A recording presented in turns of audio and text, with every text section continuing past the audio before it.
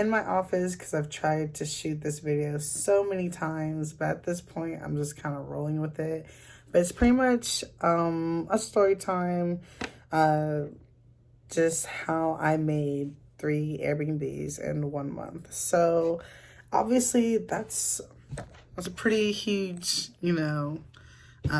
chunk of a goal to have. So I definitely don't recommend that. And pretty much I just wanted to hop on here and tell you just a few key points where I thought that I could have improved in, and pretty much just break them up into little bite-sized bits. So the first point I want to point out is saving. You definitely want to save as much as you can before this trek. If you already have money that you think is good, it's just a matter of budgeting. And that's where I think I grossly underestimated everything. So when it came to budgeting, I was just like, okay, I'm going to research as much on YouTube and see what the average was for people who are doing their Airbnbs, what they look like, how they had the breakdown versus people who are doing it on a budget for an Airbnb underneath $1,000, an Airbnb underneath $2,000. And that's pretty much how I got started. So once I started to research that, I was like, okay, here are my budgets. And I was thinking for how my budgets were going to be. And if you guys want a more in-depth video about me breaking down everything for each unit, I'll go ahead and do that. But to do that right now, it would make this whole video over an hour long. So I'll just try to keep it sweet and short and to the point. So after I figured out my budgets, I went ahead and found some properties. So I'm a realtor here in Atlanta. So I know everything when it comes to rental properties, homes, apartments, arbitrage, subleases, anything like that. I'm actually pretty well versed in, and my family has already had property in Atlanta where they Airbnb'd out like in the early days. So it was never a matter of me not knowing about it. I've always kind of knew about it. I knew how to manage them. I knew what the mishaps were. I knew how to make it more convenient, and I knew how to stay in touch with customers. So I always pride myself on managing them, so I wanted to actually get in the business of owning one myself. So that's pretty much how I got into it. So after I got my budget and I researched and everything, I narrowed down the location. So I'm in Atlanta, and if you guys don't know, last year we won for the baseball champions, the Braves. So that area of where the stadium is brand new. It's a brand new stadium, and I know that area very well because I grew up there. So I knew it like the back of my hand already, and I was like, okay, that's an area where I know, one, it's going to get a lot of high traffic. 2, I can make a really good theme because of where it's located. And 3, regardless of the season, if it was baseball or another season, I knew that as long as it was in Atlanta, it would still be a desirable location as long as guests could still get to the airport in a reasonable amount of time, get to a lot of the amenities around the stadium, which there's so much of. And it was also a great way to see what people were thinking about the area, and that also helps me in my business. So that's pretty much why I got set on that specific location. So when it came to actually acquiring the properties, that's where a lot of the hard work comes into play. So it was lots of deposits, lots of specials that you had to look out for. And mind you, at that point, it's just when the pandemic hit. So not only was everyone unsure about what the baseball season was going to be, but everyone was unsure of what that area was really going to look like because it was not at 100% capacity. It was very empty. It seemed like it was just not gonna happen because it was just so odd for it to seem so empty in that area. So people were just unsure, and that brand new apartment complex was really hemorrhaging, and they were having a really high vacancy rate. So that's obviously not good. And if you know how to look out for brand new apartment complexes that obviously don't have the audience to compete with it, then they're going to discount their prices. And that's essentially what happened. So I found a really cute 1-bedroom, 1-bath, and an apartment in the Battery, which was exactly what I was thinking of because I could have my little baseball theme And that was pretty much how I made the first one. The second one was actually right across the street from that one. However, I knew about it because it was an older community, and I actually knew friends that grew up there, and I knew the rates that I could get, and they actually didn't mind. So they were just like, yeah, we'll give you a 2-bedroom. I actually got the 2-bedroom, 1 bath for cheaper, because I knocked them both out the same exact day, same exact time, same exact, I did one application then the other, and I submitted them both. And then the third property was actually a home that I ended up renting out from one of my clients. They were interested in starting Airbnb as well, so they just pretty much like give me the money for the regular rent and just pretty much tell me what you're doing so I can learn, and we got a deal. So that's pretty much how I got the home. However, that wasn't exactly in the stadium or near the stadium. It was 5 miles away from the stadium. So that's essentially what I had to put in the listing, but it does take about 10 to 15 minutes depending on the traffic to get there from the home. However, it was a 3-bedroom, 2-bath, and it was a beautiful home. So people after a while just didn't mind it, especially if it was for a longer stay. So that's pretty much how I narrowed down the actual units and the locations. Now when it came to moving in, that was another thing. So moving into the units took a while.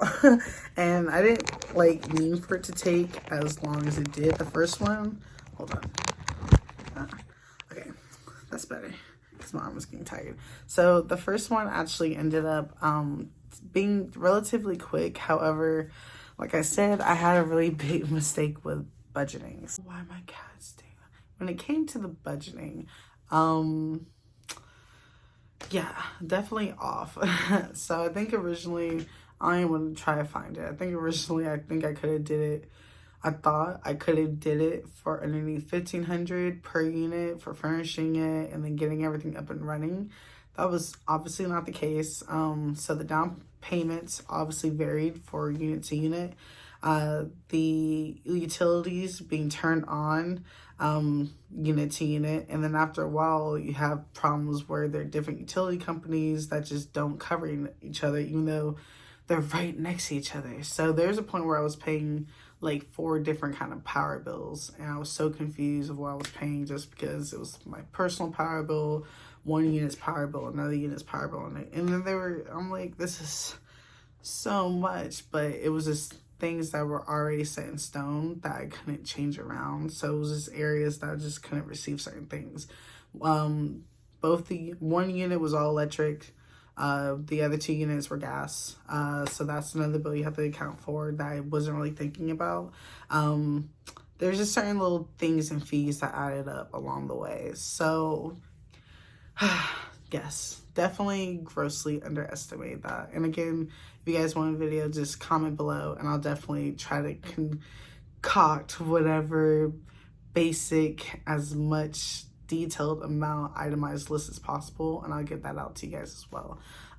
But yeah, besides that, it was relatively fun. I had to really think about the furniture. So at first, going into the budget, I was thinking I was going to be able to afford everything brand new. So the first unit that I really did, that I wanted to get out the way, was that first 1-bedroom, 1-bath, because it's the smallest, right? So square footage rise is not going to, it's going to be easier to go ahead and compile of.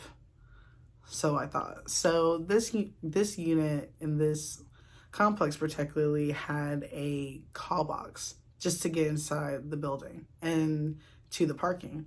And then on top of that, you have to think about people that are traveling, that are going to be calling the call box. Obviously, someone has to answer each time. Wasn't really thinking about that. And then the parking was limited. So keep in mind fact, if parking is limited and you have a lot of guests coming that have other friends coming, it's going to be really problematic. And that was a big thing that I didn't encounter. But again, that's later down the line. So when it came to initially setting it up, I think all together with all the themes, bells and whistles, and I ended up, I knew I was out of budget at that point. So I think I was at like $4,000 or $5,000 into it, and I was like, okay. And I still needed another 2 or 3 to get it going and finish it. So I was like, Maybe I need a partner. Okay, so found a partner. Don't recommend that. And if you do have a partner, definitely make sure that you know the person very well and you know how they are with business. But I just don't recommend it. But that's what I did to help me finish the first unit, just because I knew I was out of budget for that one. And if I wanted the other two to be up and going, I couldn't go over that budget. So after I got the partner involved, pretty much just teaching her and just finishing getting the last little few items I needed. In hindsight, it would have been smarter just asking for a loan and then, having 10-20% interest until I was able to pay off the loan in full, which wouldn't have been a problem after a month or two, especially doing an Airbnb. So that's what I should have did, but I did not do that. So after a while, like I said, I had set everything up. So the accounts were already set up, the leases were already set up, the bills were already set up, everything was already set up with all the units at that point. So the first unit, I went ahead and finished that out with her, got it listed on my account. And when you make your account with Airbnb, you have to include your taxes. So something that I wasn't really thinking about is if I had a partner who I was being able to split up the profits, because that's what the agreement was, to split up the profits from the Airbnb that was making as, repayment towards it. But it ended up not being that way because you're actually paying for all the taxes. So in hindsight, that wasn't the smartest way to do it, but I wasn't really thinking that way. But that was a really big thing that I really recommend. If you're doing it with a partner, make sure your taxes are set up to the way that you have an LLC together, and it breaks it down where you both pay the taxes, or whatever their agreement is, or however you want to work it out. You can make it whatever you want and whatever you guys negotiate to. But at the end of the day, that was just something I wasn't thinking of. I was just trying to hurry up and get the unit listed, and I was super impatient. And I'm a person where I'm just like, if there's money to be made, let's just make it and we'll figure it out later. And that was a big mistake. So yeah, definitely wouldn't do that ever again. So went ahead and listed it. It did phenomenal. It did great. So one thing I wanted to point out, when you're first making your account with Airbnb, they offer you to make your first 3 stays a discount rate, which is great. I did not do that because I was seeing on other videos where other people weren't recommending that. Now the algorithm has changed where you can kind of tweak it, and I actually do highly recommend it, because now what I'm saying is when they offer that discount, they actually give you the option to make it a minimum of whatever stays you want. So the problem was people were getting that first discount because they see that you're a brand new unit, and then they'll book it out for 2 or 3 months on a really big discount. You'll probably put 20% off, whatever you want to do. And that person will literally book it for ever, and then you don't know, how you want to set your ratings or how your ratings are going to be, and you don't know exactly how you're going to set, your cancellations. So that's just something to look out for. And bringing me to the next point, cancellations, I always had on strict. It was to the point where too many people were canceling, and I would have the unit ready and it would be ready to go, and the person would cancel, and I was already out of pocket for making the unit clean and then ready to go, and the person was canceled with nothing. So yeah, now I'm just strict. If you cancel, I'm still getting the money. No excuses. And people will get upset about that, and they'll inquire you about that. Make sure you send something back, because the way the algorithm works as well is they see you not replying to any messages right away, they automatically put that down in one of your ratings in your area. So definitely make sure you reply as quickly as you can to all messages, no matter how stupid they are. I had one message that never got replied to, and that was the only time I never replied to anyone, just because it was a safety concern. So I had a guest stay, and she was a woman, obviously, and I have a Ring doorbell for, all the units, so I can see security-wise what's going on. And so she checked in like normal, and she was in her room. And I think I got a message at 2, 3 o'clock in the morning from another Airbnb guest as an inquiry. So I opened up the inquiry for that unit, and it says, oh, hey, I know so-and-so, which was the name of the person inside the unit at the time. And they're like, yeah, and I need to get in touch with them because, I'm so and so and it's an emergency. And I'm just like, I'm looking at the door and I'm just like, I don't see anything. And this person in the email or in the, inquiry is clearly saying, oh, something's wrong with them. They're not answering the phone. I don't know what's going on with them. I don't know where they are. Tell me where they are. And I'm just like, no. So I just didn't reply to that at all. And so Airbnb saw that, and that's why I have like a 99% response rate, because I didn't answer that one message. And I've called them about it, and they still haven't done anything about it, so it's whatever. But that was the only thing that kind of just like, there's little things with Airbnb that you're going to find annoying. Guests are going to break things. You're not going to realize it until weeks or stays later, and you're not going to know exactly who did it. You might do, another guest might find it. They might think you knew about it, but you're just not being brought to your attention. So many things are going to happen, but the point of this is not to scare you. It's just to make you expect the unexpected, which is what you should expect in this business. So, I mean, and now I coach. So the last person I coached just like consulted with me, which I do that for free if I'm coaching you. And they were just like, yeah, someone's been getting in and out the unit, the key's missing. And the first thing I teach people, I'm like, hey, when you get your unit, the first thing you're going to do is change the locks to an electric keypad so you can have a code. And each time you give out a code to a guest, you're going to update the code after that guest stay. So that way you can prevent other guests from coming back and using the unit when no one's using it, or from squatting in it, or from anyone else knowing. And just safety in general if you keep updating it. So that's why I always teach. So the first question is, what's going on with the door? The door keypad. And they're like, oh, well, this hole that's cut from the door is too close to the frame for us to install it properly. So I'm like, okay, then get a lockbox. Oh, I was doing that today. We have had this unit for months now. They've made quite a bit of money, but at this point, they were just putting the key under the mat. Guys, when you tell your clients and your guests to get the key from under the mat, that's tacky. Don't do that. Please don't do that. So yeah, that's a safety concern, and that's probably why someone stole the key. Immediately they got a new lock and they fixed the problem. But again, something you don't want to do is that make sure that whatever key is accessible, make it, available for them. And for me, with that one bedroom, one bath, the 1 bedroom, 1 bath condo, that proved to be a horrible unit to manage, just because one, the call box, each time people were checking in at 2 o'clock in the morning, 5 o'clock in the morning, 6 o'clock in the morning, all hours, all the time, getting in and out. So it was just to the point where it's like, okay, I can't keep answering the phone each time someone comes in the building. And even if there's a parking pass or, key card to scan, they can't get into it until after they get and check in. And most of the time they don't check the check-in instructions. So they're confused and they just keep calling the call box each time they come out the building, which was annoying. So it was just like, okay, don't do that. Don't have a unit with a call box.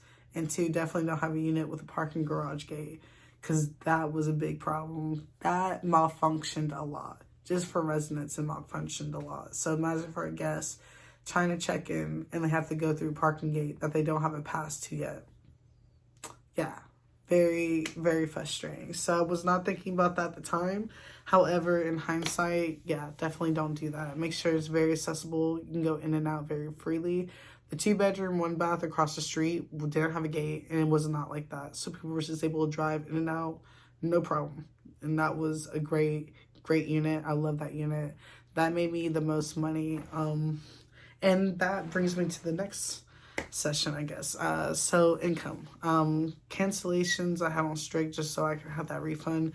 The next thing you want to do is set your prices right. So for the first 30 days is crucial, because you're going to have to be pushed out into the algorithm a lot harder. After that, you're going to fall back after the first month. So the goal of the first month is to make sure people see post, one, and they're going to see it. Two, make sure the photos are bomb, because that's the most important thing for any listing, any place you're going to stay. The photos have to be bomb. And you want to make sure that you have a few slides of photos that have cleaning products, or, you know, where the broom and the cleaning station is, and pots and pans and stuff like that, just so they know what's coming exactly with the unit. So that was another thing.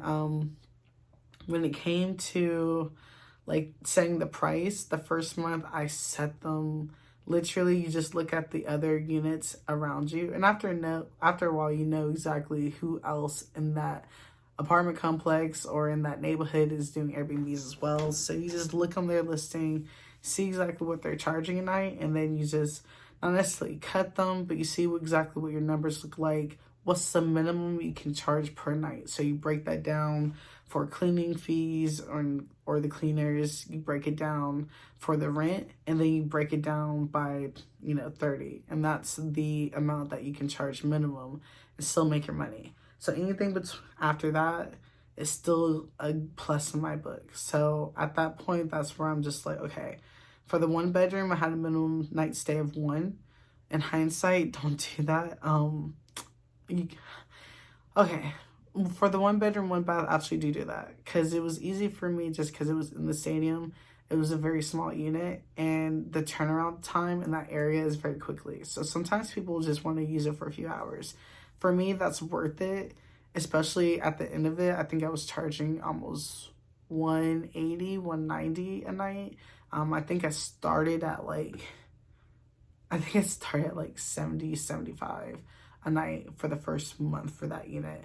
And what that does is not only does it boost it up to the algorithm on the top because you made the price so low, but it also makes people like, oh my God, like that's a great price. Even though we're not about to book it yet, let's save it for later in case when we do go over in that area of 3 or 4 months from now. So that's what happened a lot too. People were saving it. And so not only did it get boosted because it was new, it got boosted because it was cheaper, and then got boosted because it was super nice and it was themed out for the Braves. So that's what overall made my first listing boom. After the first month, I started getting 120, 125 a night.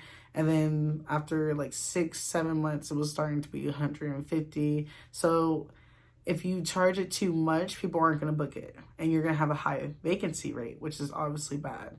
So the goal is to stay packed.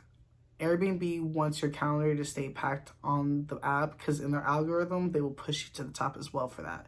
So if they see you're booked out for the first month, you're super cheap, you're new, you have a theme going on, people are saving it.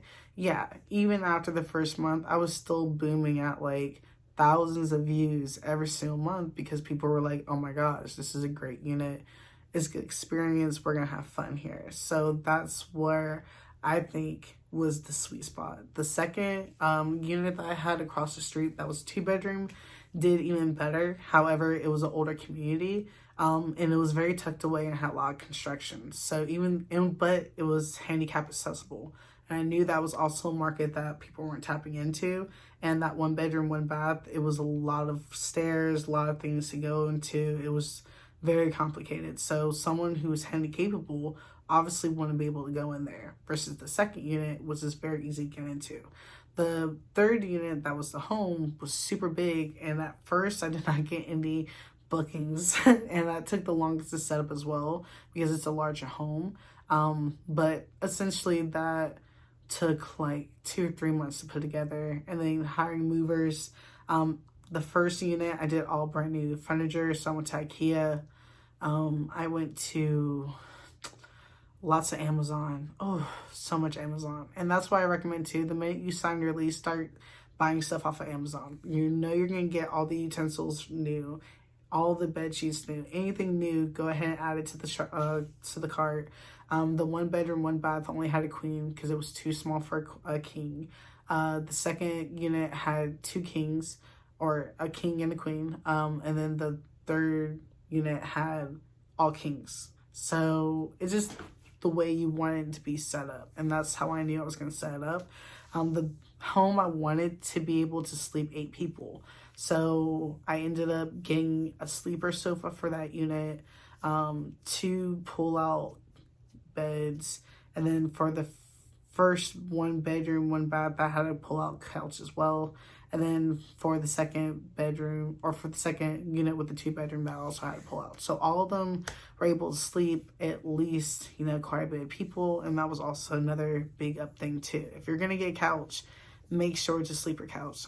I don't care if you get 2 couches, they both better be sleeper couches, just so you're able to say, hey, I can sleep up to X amount of people. You want to have that sweet spot of at least 8, and that's when you can see really big parties come in. With that last unit, it took a while, but after like literally, I think it was 6-8 weeks, I started getting really, really long bookings. So that was when it was like, oh, finally, like I could breathe a little bit. And that's why I realized that for the home, I shouldn't have the minimum night stay of just 1 night. For the 2 bedroom, I shouldn't have just the minimum stay of 1 night. That's when I started to have, 2-3 night minimum stays. And especially if it was in that area, it's a very good, respectable business, perfect mix of Atlanta and suburbs in that area. So that's why I knew, okay, I was able to get someone who's going to be able to stay here for a while and wouldn't mind paying that price because it's a nice area in Atlanta. So that's where I would definitely recommend you start to do those minimum night stays. If you have something really cute and dainty and cozy and quick, accessibly to get to, like Atlanta, Midtown, anywhere in the perimeter that's super small, go ahead and do the 1 night minimum stays, especially after 6 months, you're starting to get a return if you own it. And that was, I guess, my next point. If I had any bad things to say, I guess the biggest thing was I knew that there was a big loss when you didn't own the property. So at the end of the day, most of the time, you're not really making too much money. Like, you're making a profit, but after a while, if you're cleaning them yourselves, which I was cleaning them myself for a minute, do not do that. Oh my God, do not clean them yourself. Make sure you have someone who's assigned a role and you get a cleaner. After a while, I got a cleaner. And I just don't even understand. I don't even understand what I was doing. So I was just like, yeah, that was stupid. Not necessarily stupid, but you just get so caught up in making everything perfect. And you have to realize that sometimes your dreams are so big, you're just going to have to need help. And so you're going to have to pay for help. Not a problem. Go ahead and pay for the help. But yeah, that was pretty much how I got started. And if you want the breakdown, I can kind of give you more of a breakdown of the income I made per unit as well. If you guys want that video, comment down below. But that's pretty much it. I hope you guys are having an amazing day as always. Let me know what you thought about this, if you have any suggestions, any questions, and I hope you guys are keeping it easy and being safe.